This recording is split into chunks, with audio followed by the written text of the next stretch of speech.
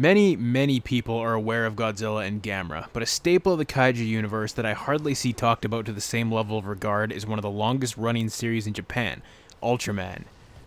Ultraman has been running since 1966 and has spawned 26 seasons or some ridiculous number like that, as well as a bunch of spin-offs and a number of movies. Honestly, if you try to dive right in, your head is going to explode. This shit is very confusing. But say you don't have the time to start from the very beginning, or don't know where to begin at all. Well, let me introduce you to the 2004 film, Ultraman the Next.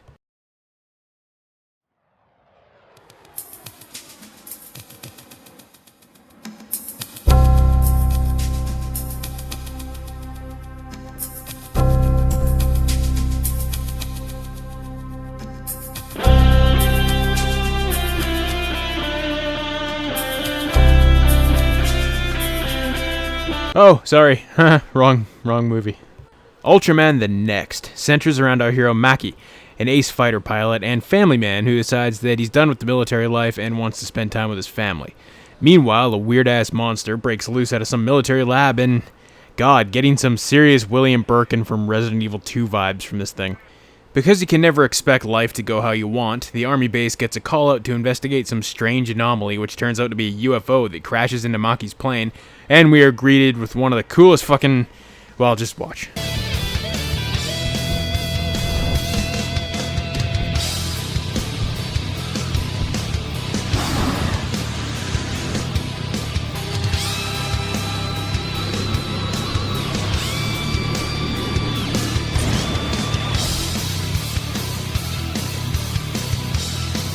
God, that's so awesome!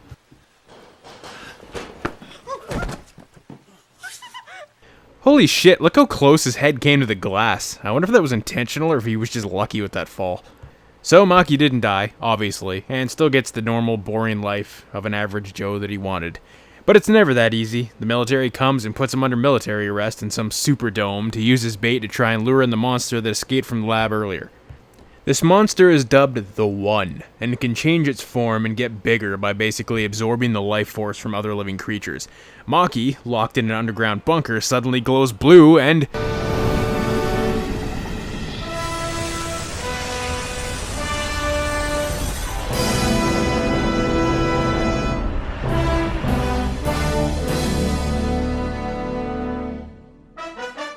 Ultraman! So that's a basic summary of the plot. The One goes through multiple forms. His first and second form are kinda goofy looking, but when he manages to absorb a swarm of rats, his design gets really cool. The animals he absorbs even grow out of his body. It's a really interesting kaiju design, but ultimately I think his final form, which occurs when every crow in the city swarm him and give him wings, is probably my favorite design. That shit is just awesome to look at. Ultraman himself has gone through a ton of different designs throughout the years. The one in this movie is called Ultraman Noah. But don't worry if that confuses you, they never call him Noah in the movie and only refer to him as Ultraman a few times. They usually just call him the Next, which is basically just his monster's codename. Since this movie is done by Super Aya Productions, all the practical and miniature effects are outstanding. However, this movie did come out in 2004 at a time when Japan had not figured out how to excel at computer effects, and there is a ton of CGI in this and it looks awful, like a PS2 cutscene. Not even just the look of it, the movement seems a lot off too, like they just didn't get the physics of it right or something. Some things I don't get though, like Maki has a telepathic connection to the monster so he can basically see everything the monster sees.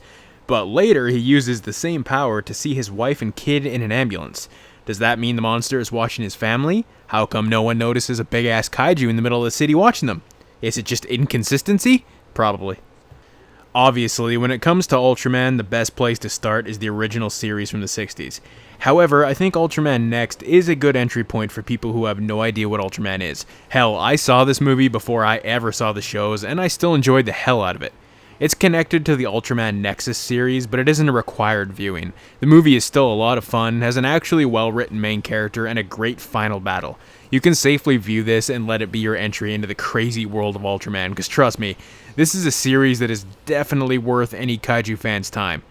Sure, there's a ton of awful CGI in this movie, but it doesn't take away much from its entertainment value.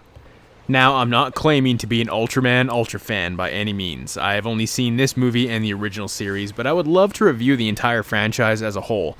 But let's be honest, the show goes all the way back to the 60s and has hundreds of episodes.